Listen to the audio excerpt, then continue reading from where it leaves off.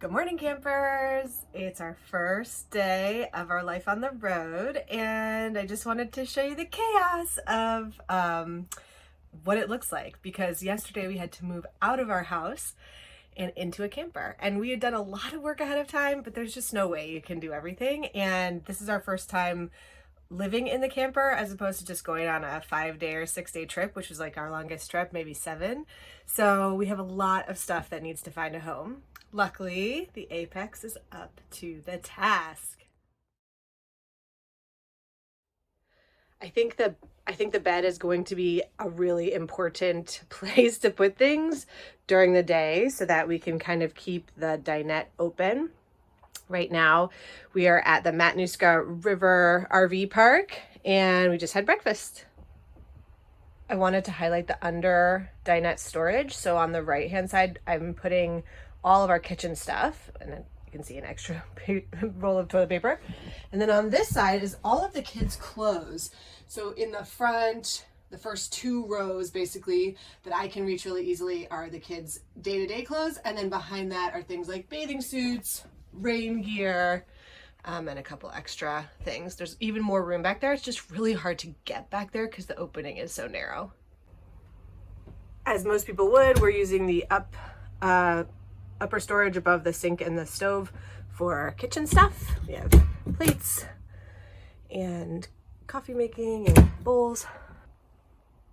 So the Apex Nano 194 BHS comes with a pantry, and we are utilizing this amazing space to the max. So at the bottom, it's all kid stuff: toys, games, books. There are actually books for Derek and me as well down there.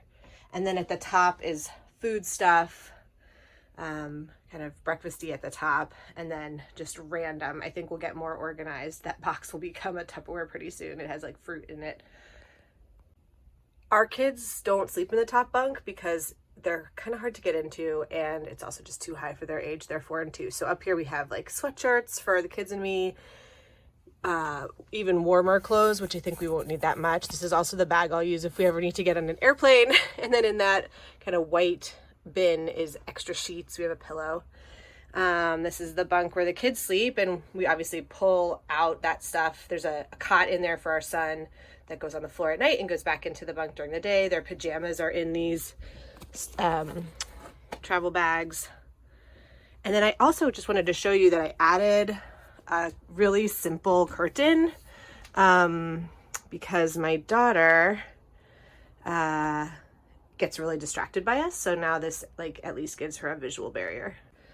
Okay, the bathroom is sort of a nightmare. I just want to show you we are using this space a little bit differently. We'll see how that works. I found a great thing to hold extra toilet paper and kept it back there. Right now the tub is just full of stuff that we haven't really found a place for yet.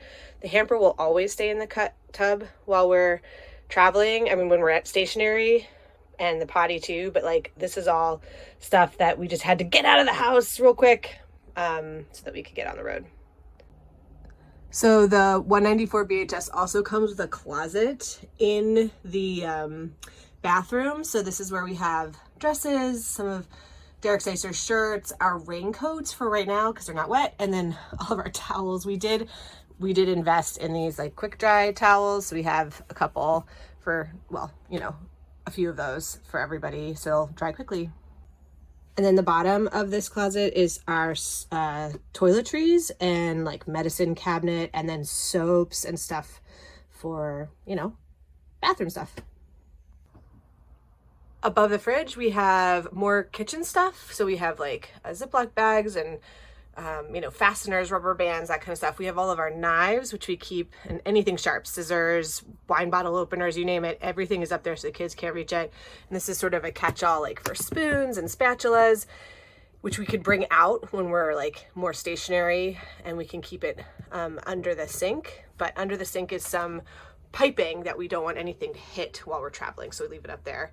You can see we have these like buffers. This is like an old baby blanket that we use to stop things from banging and rattling against the walls as we drive. Above our bed is our storage. So Derek's stuff is over there. I have something there, and then my stuff is there. And it's just, we found it was going to be easier to keep our stuff up high and the kids' stuff down low. I think I mentioned in the last video, we started adding some command hooks so you can see our hats. My jacket is there, our keys and stuff. Yeah, I mean, we're gonna figure it out.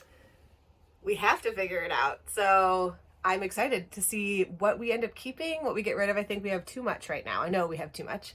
So we'll have to make some decisions, but I think we're gonna probably keep it down the Alcan just so that, you know, we just have less access to grocery stores and stuff as we move through the Yukon and northern British Columbia. But once we get into the States and southern British Columbia, anything that we need, we can get. So we can try to pare down a bunch. And then if we realize, oh shoot, I wish we had kept X, Y, or Z, I think we can just get it.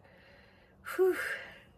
Follow along with us on Instagram. We're at Bracken Hagler Family Adventures. We have a blog, The World Through Their Eyes, and we'll post YouTube videos every once in a while here too. See you outside.